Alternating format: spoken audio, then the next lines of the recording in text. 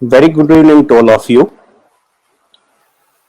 Uh, Today we are going to talk about life of obstetric anesthesiologist in COVID-19 pandemic. By now, we have done all our presentation. They are not related to COVID, but this will be our first topic where we will be talking about COVID. But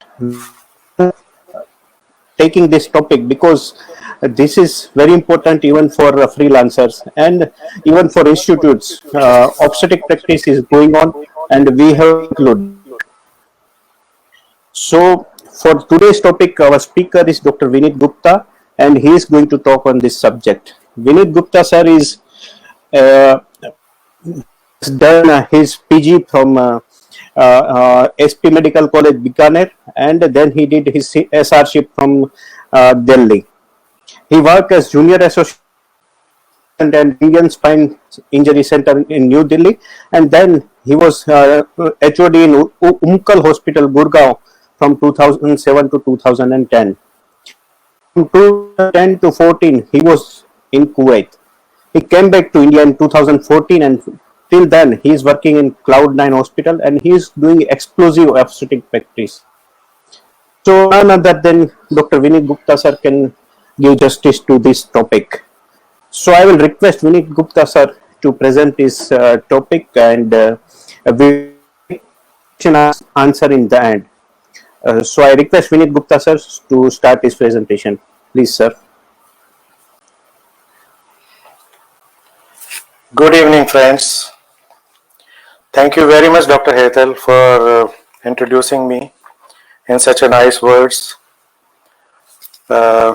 In last 15 years, my practice is almost obstetrics anesthetic practice, be it here in Kuwait, India, and then in Kuwait, and then coming back from Kuwait to India.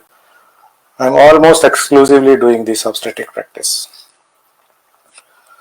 So as we all know, the elective surgeries are put on hold during lockdown. There is one branch of medicine which is unaffected, is obstetrics.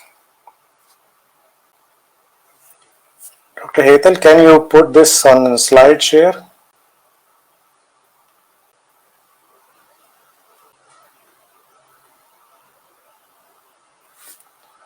Is my slides visible? Yes, sir. It is visible. You can go on. Okay. There is one branch of medicine which is unaffected, is obstetrics. And thereby the role of obstetric anesthesiologist is continued to be challenged during routine hours as well as during emergencies. So today I will speak about challenges we face every day while dealing with obstetric population during COVID-19 pandemic. This is a beautiful review article from University College of Physicians and Surgeons, New York, USA. The title of the article is Obstetric Anesthesia During the COVID-19 Pandemic, which read about the issues of COVID-19 pandemic in context of obstetric anesthesia. The introduction of the problem. Usually the pregnant women do not contract the infection more than the general population. So this is a misbelief that the pregnant patient will catch infection more frequently than the general population. However, because of altered immune response during pregnancy, once they catch the infection, they might show more severe symptoms. At the same time, reported cases of COVID-19 pneumonia in pregnancy are milder and with good recovery. This finding is from the ICMR. But this COVID-19 pandemic has increased the risk of perinatal anxiety and depression. So maternal counseling is very important with this group of patients. The goal of this review is to provide evidence-based suggestions till date. The priorities are twofold. One is managing the asymptomatic of two critically ill pregnant and postpartum women, and the second is ensuring the safety of healthcare workers.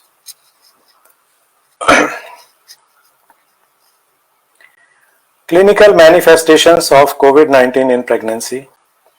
By frequency, fever in 99% patient, fatigue in 70%, cough in 59%, myalgia 35%, shortness of breath 31%, sore throat 17%, diarrhea and nausea 10%, vomiting 4%, and then sudden loss of smell and taste recently added to the list.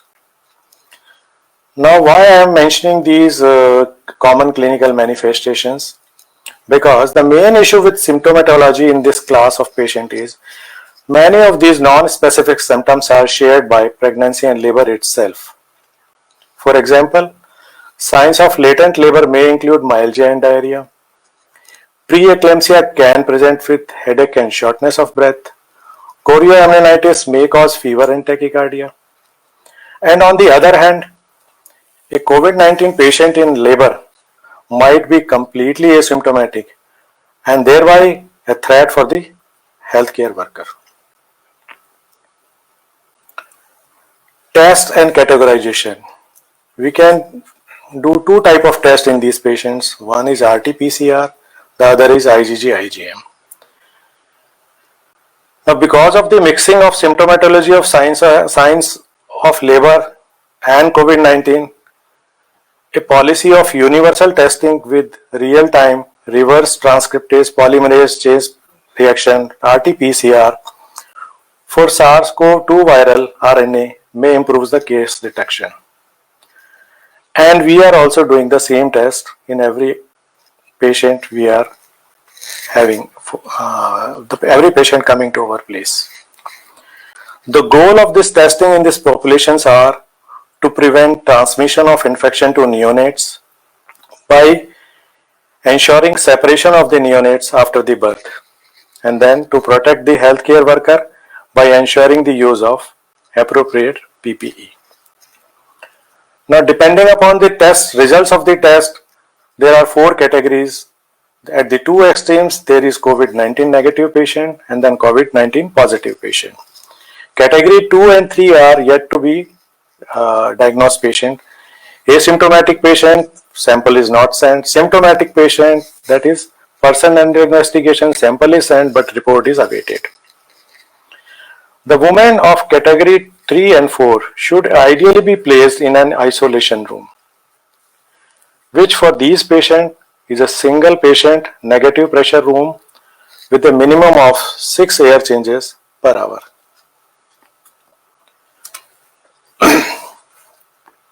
Now, preparations. There is a need of multidisciplinary team approach. The team consists of anesthesiologist, obstetricians, LDR nurse, neonatologist, critical care expert, infection control experts, employee health service, effective telemedicine service. They all create their own protocols in close cooperation with each other. Looking at the dynamicity of the condition, we need these protocols to be reviewed frequently and if needed to be changed accordingly.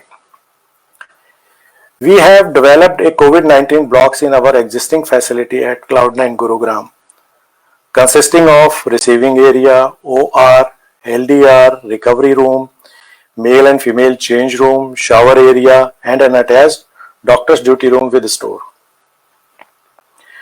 The training of doffing of PPE, transporting the patient, providing anesthesia care, and performing surgery in COVID-19 patient is to be done with mock drills to save the time and better performance in real-time scenario.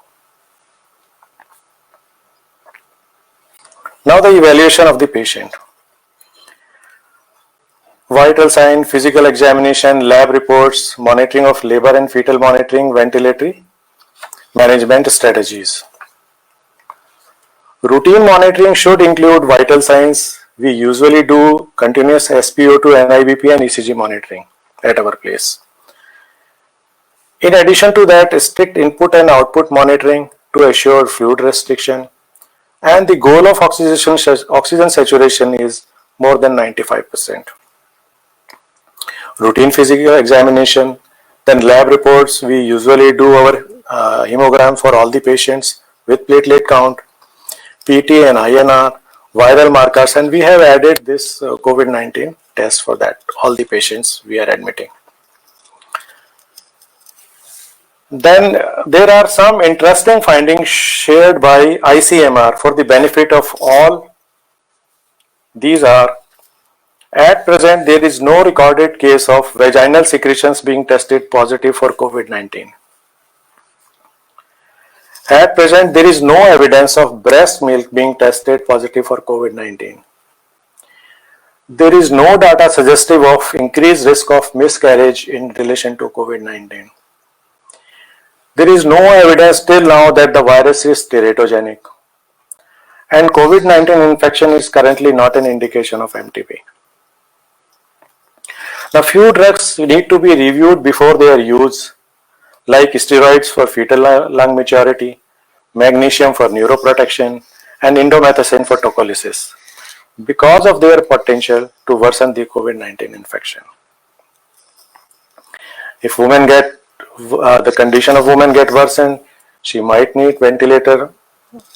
The management strategy for COVID-19 return pregnant patient is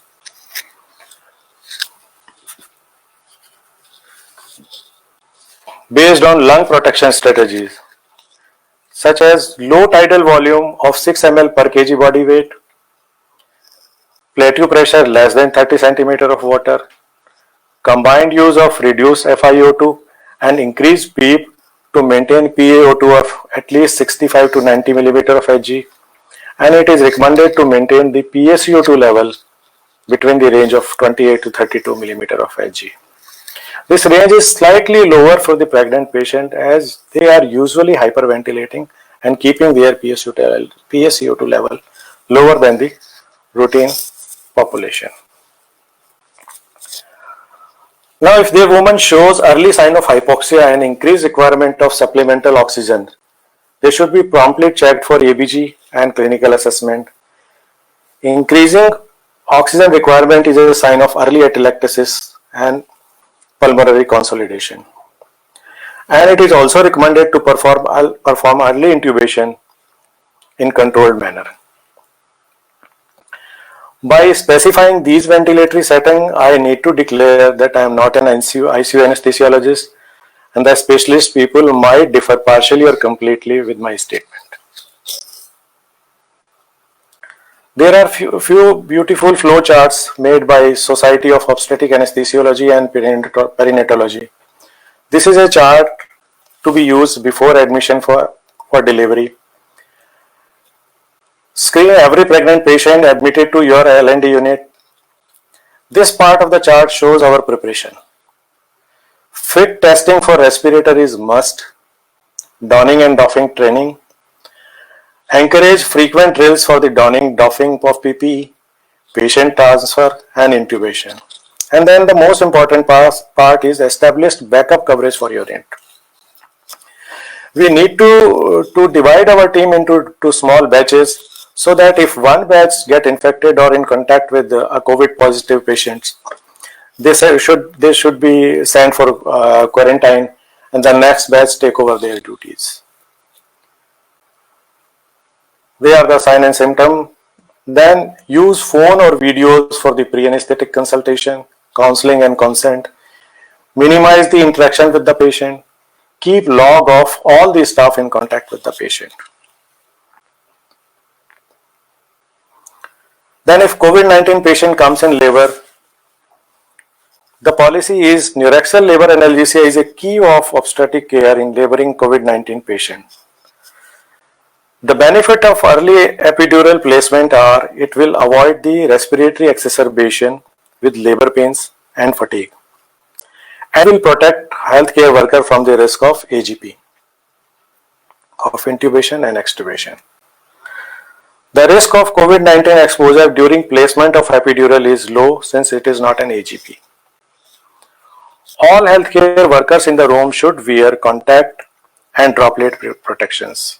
For the contact protections, they should wear impervious gown and gloves, and for the droplet protection, they should wear the surgical mask and eye protections. The patient herself should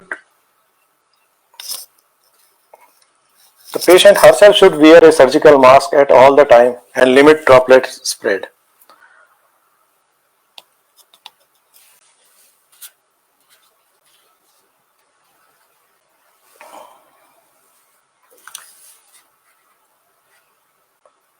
Some of the early studies from the China suggest that 36.2% of the population from COVID-19 positive pregnant patients, they have shown the thrombocytopenia in the range of platelet count less than 1,50,000. But it is generally safe to perform neuraxial procedure if the platelet count is 70,000 or more. We anyway do platelet count on admission as a default setting at our place. While theoretically possible, but real risk of seeding of epidural or subarachnoid space with viremic blood and thereby causing encephalitis or meningitis is exceedingly rare. The LDR unit should consider to suspend the use of nitrous oxide in terms of Antonox because of its potential for aerosolization and spread of infection. The practice of high flow of oxygen for fetal distress, which is very common, and obstetricians get mad if you say there is no need of unnecessary oxygen supplementation. It clearly showed doesn't improve the fetal outcome. So its use should be largely suspended. Then there is another few beautiful charts, flow charts from SOAP during labor and delivery for the suspected or confirmed COVID-19 patient. This is admit the patient to negative pressure room if available. Support persons should be discouraged to be with the patient, and according to our institutional guidelines, we are not allowing any support person for the confirmed or suspected patient. Pre-anesthesia assessment via phone or video assisted electronic multidisciplinary discussion. We do all the discussion through the video assisted devices from the patient room. Surgical mask for the patient at all the time. And then this is the protection level. PPE for direct patient care, gloves and gown for the contact protection, and mask or face shield for the droplet protection. PPE card should be outside the room, and there should be a practice and practice of paired donning and doffing so that two people can help each other. Encourage early neuraxial labor analgesia, and then minimize the crash cesareans because the response time will be delayed.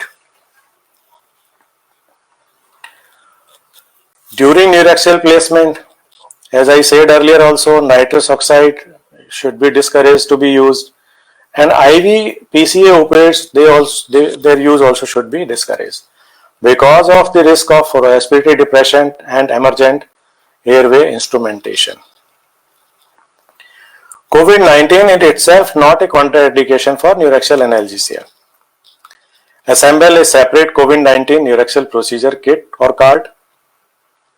Rescue medicine bag kit to remain inside labor room, and it should be provided by the experienced provider.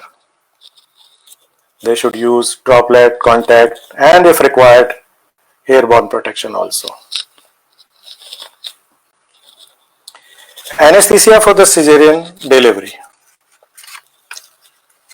The baseline failure rate for the conversion of labor epidural analgesia to cesarean delivery anesthesia is only 5%.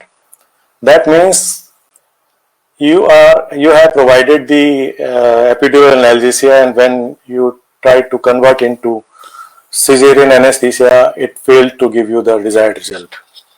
The chances are only 5%. Still, because of these chances of failure, we need to prepare ourselves well. The continuous communication with the obstetricians and LDR is vital so as to get enough time to load the epidural with surgical dose of anesthetic drugs. In labor room setting, as we have LDR and OR on the same floor and in the same block, we always remain in close contact with each other.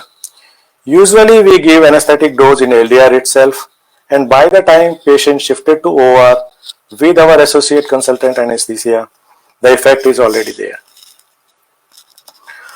To minimize the risk of exposure during ETT placement, airborne protection is recommended for all the healthcare workers in the OR.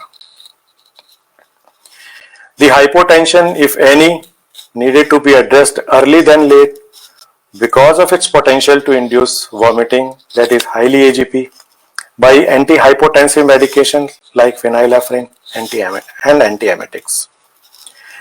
It is recommended to keep your reservation for some drugs like dexamethasone, carbopost, magnesium and IV opioids. Vertical transmission.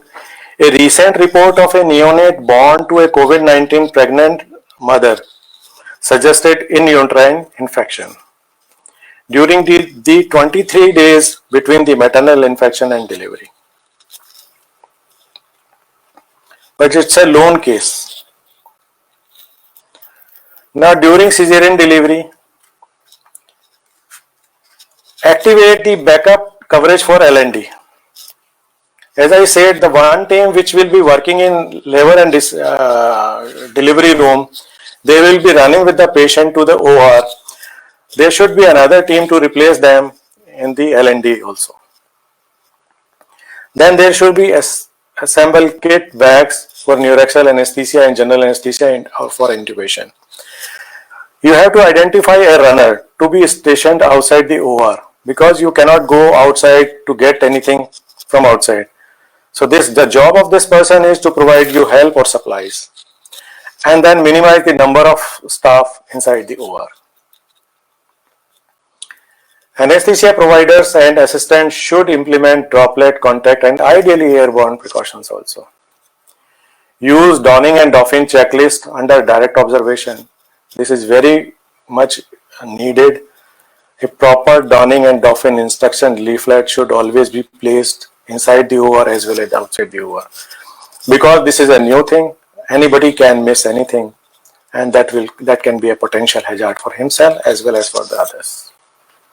Then double gloves for all the procedures and then consider avoiding the carbopost because of the concern of bronchospasm.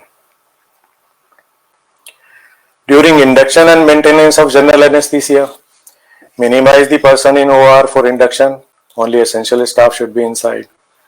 PPE for all the staff in the OR. Here they say that PPE can be used only for the people who are within the 6 feet limit inside the OR. We do not know which person will come inside the 6 feet radius of the patient. So our principle is everyone who is inside the OR will wear the same level of PPE, including housekeeping. Ensure HEPA filter between patient and anesthesia circuit. Pre-oxygenate with 100% oxygen, rapid sequence induction. Avoid positive pressure bag mask ventilation, except if assisted in spontaneous respiratory efforts or if needed. 2 operators are needed, one to hold the mask with tight seal and another one to ventilate with a pressure which is less than 20 centimeter of water and small tidal volume. Use video laryngoscope if available. Extubation in the OR to nasal cannula or oxygen mask with low flow, or consider the transferring the patient to ICU or a negative pressure room for the extubation. And after extubation, the patient should be given surgical mask for all the time. For the postpartum consideration, postpartum hemorrhage, pain and postpartum postdural puncture headache. In case of PPH due to uterine atony, the use of carbopost reported to have an immediate and prolonged bronchospasm in COVID-19 patient. So in these cases, it's better to avoid the use of carbopost, and in place of that we can use oxytocin or methergine. Same is true with the NSAID. The use of NSAID is theoretically need to be discouraged in COVID-19 patient, but at present its use in asymptomatic or mildly symptomatic patient as an alternative to opioid is seen without much problem. Ask me if if I have to choose between using NSAID and opioid in these kind of patients who are completely asymptomatic or mildly symptomatic patient, I'll go for NSAID in place of opioids. For the PDPH, no specific guidelines are available and a similar conservative care should be initially provided. Postponing of epidural blood patch is recommended in actively ill patients. Nasal sphenopalatine ganglion block should be avoided as it is likely to be AGP. Now, whom to listen and whom to follow. These are few of the societies which are so and so in the field of obstetric and gynecology as well as anesthesiology. They are SOAP, Society of Obstetric Anesthesia and Perinatology, American College of Obstetricians and Gynecologists, Society of Maternal and Fetal Medicines, Royal Australian and New Zealand College of Obstetricians and Gynecologists, Royal College of Anesthesiologists and Gynecologists, Obstetric Anesthesia Association, Royal College of Obstetric and Gynecologists. So, like that, if they all have suggested few very good things for the obstetric anesthesia, and thereby we have made a khichdi, which is considered the most balanced and nutritious vegetarian diet. Like that, if we take all their suggestions in balanced manner, it will serve best to our patient. Who says what? All of them, they say almost the same thing, but in little bit different manner. And all of their suggestions or recommendations came in the second half of the March in 2020. For the isolation room, more or less all of them, they prefer there should be an isolation room with negative pressure. Then mask for the patient, all of them they recommend yes, surgical mask is needed. For the visitors beside the patient, all of them they suggest to discourage this new fashion of keeping patient beside the keeping attendants beside the patient in room as well as in OR. PPE for non-AGP first stage of labor, only droplet and contact precautions are needed. PPE for vaginal delivery, second stage of labor, some says droplet and contact precautions, but some says airborne precautions are also needed. Like this Society of Gynecologists, Obstetricians and Gynecologists of Canada, they say there should be an airborne protection also. Then PPE for neuraxial analgesia, droplet and contact is required, but ACOG says airborne protection is also needed. Neuraxial analgesia and anesthesia in COVID-19 patient, almost all of them says that there should be an early neuraxial analgesia should be there. Use of nitrous oxide is discouraged by almost all of them. Use of post-operative NSAIDs, as I said, NSAID can be used in asymptomatic or mildly symptomatic patient. And in people who are not settled by the routine analgesics, and if there is a need of opioids, it's better to use NSAID over the opioids. Mode of delivery as per the obstetric indications. Operative delivery, follow the usual clinical indications. Elective cesarean or induction of labor with the current COVID-19 infection, it is preferable to delay until the completion of isolation period if possible, and evaluate the safety of delaying procedure. PPE for cesarean delivery, almost all of them says for the anesthesia team, they should be equipped with contact, droplet as well as airborne protections. Then something about frequently used medicines. Oxygen, the routine use of oxygen for fetal indication should be suspended. Nitrous oxide, discuss the relative risk and benefit of nitrous oxide for labor analgesia and consider suspending its use. Remifentanil, fentanyl for IV use. Consider avoiding the use of IV PCA opioids because of their property for the respiratory depression, and thereby they might need emergent airway intervention. Ketorolac and ibuprofen, as I already mentioned, but still they can be used. They can be preferred over opioids. Dexamethasone, consider avoiding the use of dexamethasone for post-operative nausea and vomiting prophylaxis. Carboprost, consider avoiding the use of carboprost for the treatment of uterine atony. Magnesium sulfate, consider avoiding or as an alternative to use dosing. A 4-gram bolus dose may be preferred in the setting of mild respiratory distress. Its use is discouraged because of its property of respiratory depression through the central nervous system. Now, there was multicentric study on 77 patients to see if there is any neurological sequelae in this group of patients if we give a neuraxial block. The study was overall has included 77 patients, and none of them has this neurological sequelae. So we can freely give the neuraxial block in this group of patients. Then checks and rechecks. There should be signages to indicate precautions level outside the OR for airborne precautions, in labor room contact and droplet precautions. Then we should have equipment readiness and access to supplies. For OR preparation, covered anesthesia workstation and with transparent sheet. We should have a buckets with supplies of bucket 1 for propofol, succinylcholine, rocuronium, lidocaine. The other one, ephedrine, phenylephrine, atropine, epinephrine, Trenexa, Ondine, Ketorolac.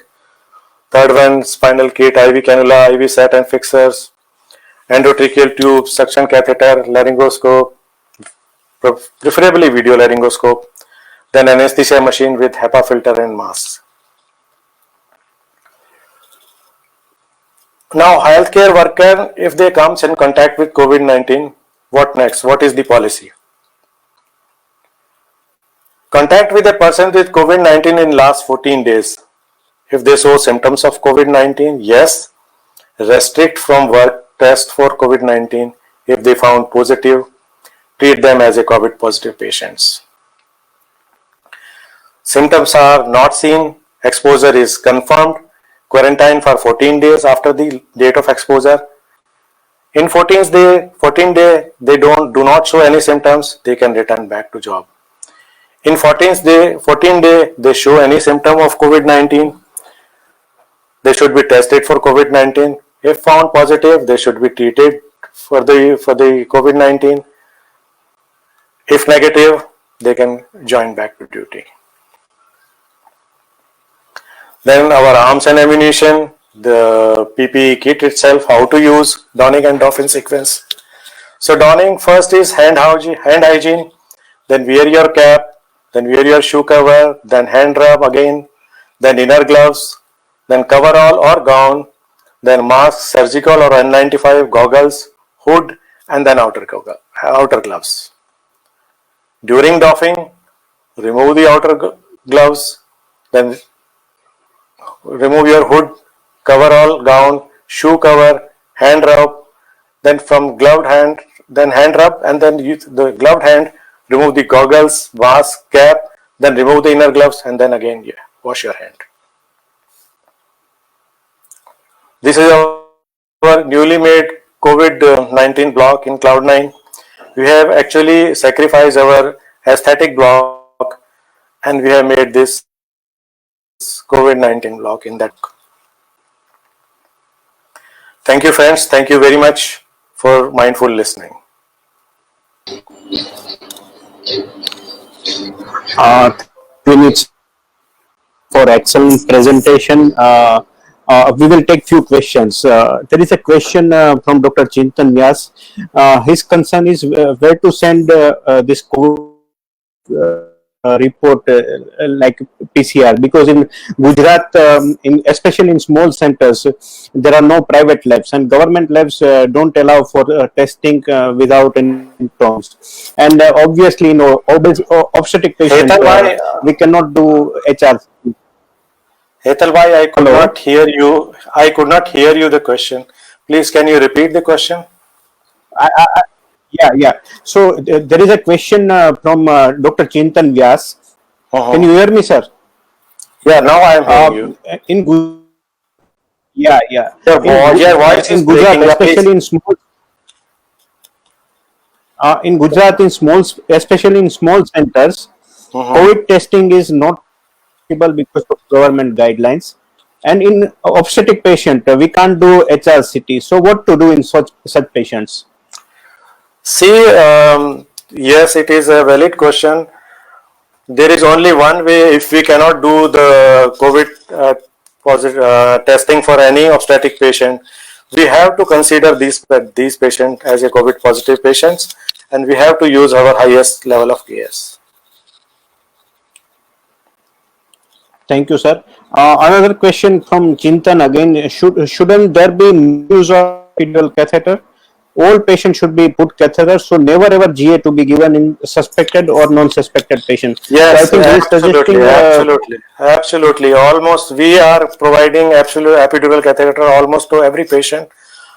Even if some patient is not demanding it, we are not charging, but we tell them that we are not going to charge you, but it's better you take this epidural catheter. This will help you.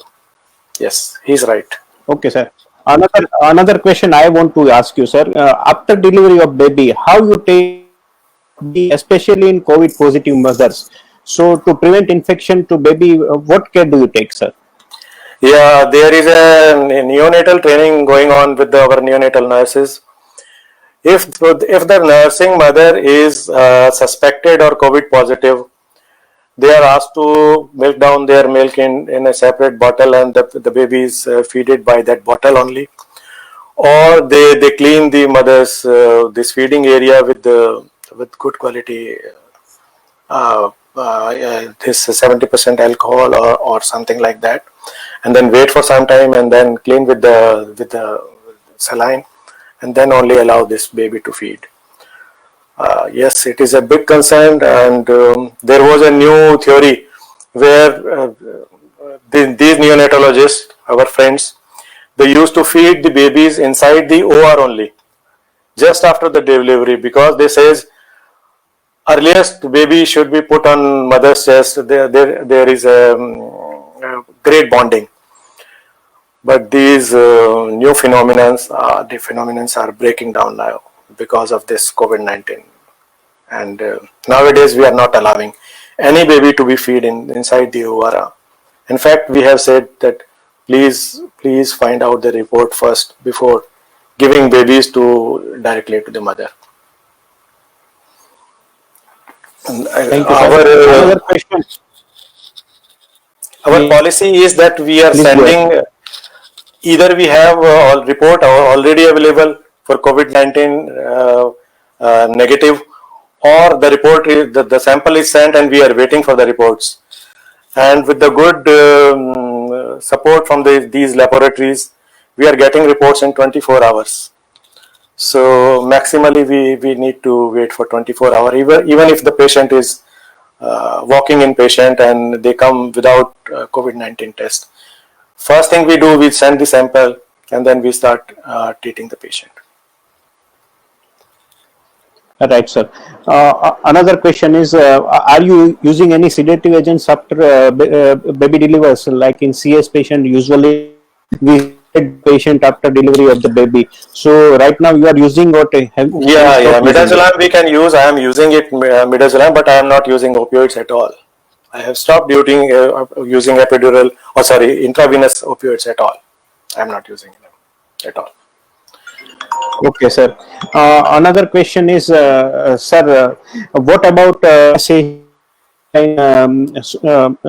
surgeries like OM pickup or MTP or cervical Yeah, that's a good insertions? question. What That's a That's a very good question. See, ICMR has not till now has not allowed to do ovum pickups because it's highly, you can say, it's not an emergency or urgent surgery. They can wait. It's an elective surgery. So at our other place where I am doing, I am the in charge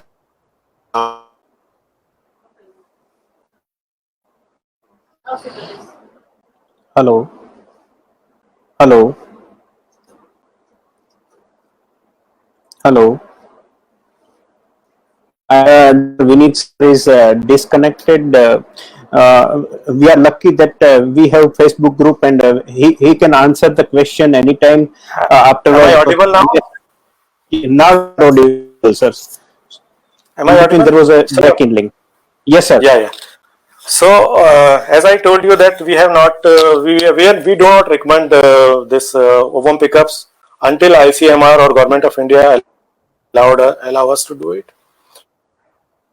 Second thing, in this circulage, yes, they are emergencies. They not MTP, but yes, bleeding PV and DNC, and the circulage they comes into the category of emergency or urgency. We have to do it. The same criteria we use for them. We send samples for them for the COVID-19. If they are negative, we do it with our usual protection of contact and droplets. And if one of them comes negative, positive, we use the third level airborne protection also. Meanwhile, if there is no report available and sample is sent and patient landed into an emergency, of course, we will consider that patient as COVID positive and we'll use all the three level of protection. Okay, sir. Sir, are you using drugs like Finargan or Perinom for preventing nausea, vomiting these days, or have you stopped using it? I didn't get your question, Dr. Hetal. Can you repeat it, please? Yeah, yeah. This is the question from Dr. Dilnas, madam. She's asking that Mhm. whether you are using Finargan and Perinom for to prevent nausea and vomiting in CS patients. Phenargan, anyway, I am not using. Yes, Perinom sometimes I use. There is no issue with Perinom. So there is no contraindication. No, no, no. Okay, sir. I think we are done with the question. There are few other questions also. You can answer it on our forum. Thank you very much. A wonderful presentation and solving our queries. We will continue doing this Facebook Live challenge in future. Also, we have speakers for next 2-3 weeks. So we'll continue doing it. And another is a Facebook case presentation by PG. So we are starting it soon. So please be with us. Any final remarks from Vinit, sir? Can you please repeat, Dr. Hetal? Any conclusive remark from you? Any last point from you before we conclude the session? Concluding remark is only this one, that because this is people will say that we are only getting 4% of positive results in the test. Like if we do 100 tests, we get only for 4 patients positive. The death rate is very less. Don't worry, we have less. They are okay, but as a medical professional, as a responsible medical professional, we need to understand one thing, that we are at the receiving end, because if somebody will get the maximum viral load of this COVID-19 viruses, it is the medical person, because they will be treating the patients. Patients are not treating the patient. Once a patient is okay, they will be going into the society with the normal people. They will not be coming in touch with the patients, and they will not be treating the patients. But we are day and night. It's our profession to be living in the viral environment. So be careful. Take care of yourself. Use a higher level of protection if you are a little bit of suspicious about the patient's status. Please take care of yourself. Thank you, sir. Thank you, friends. Thank you, Dr. Hetal, and thank you very much for giving me this opportunity to speak to my friends. Thank you.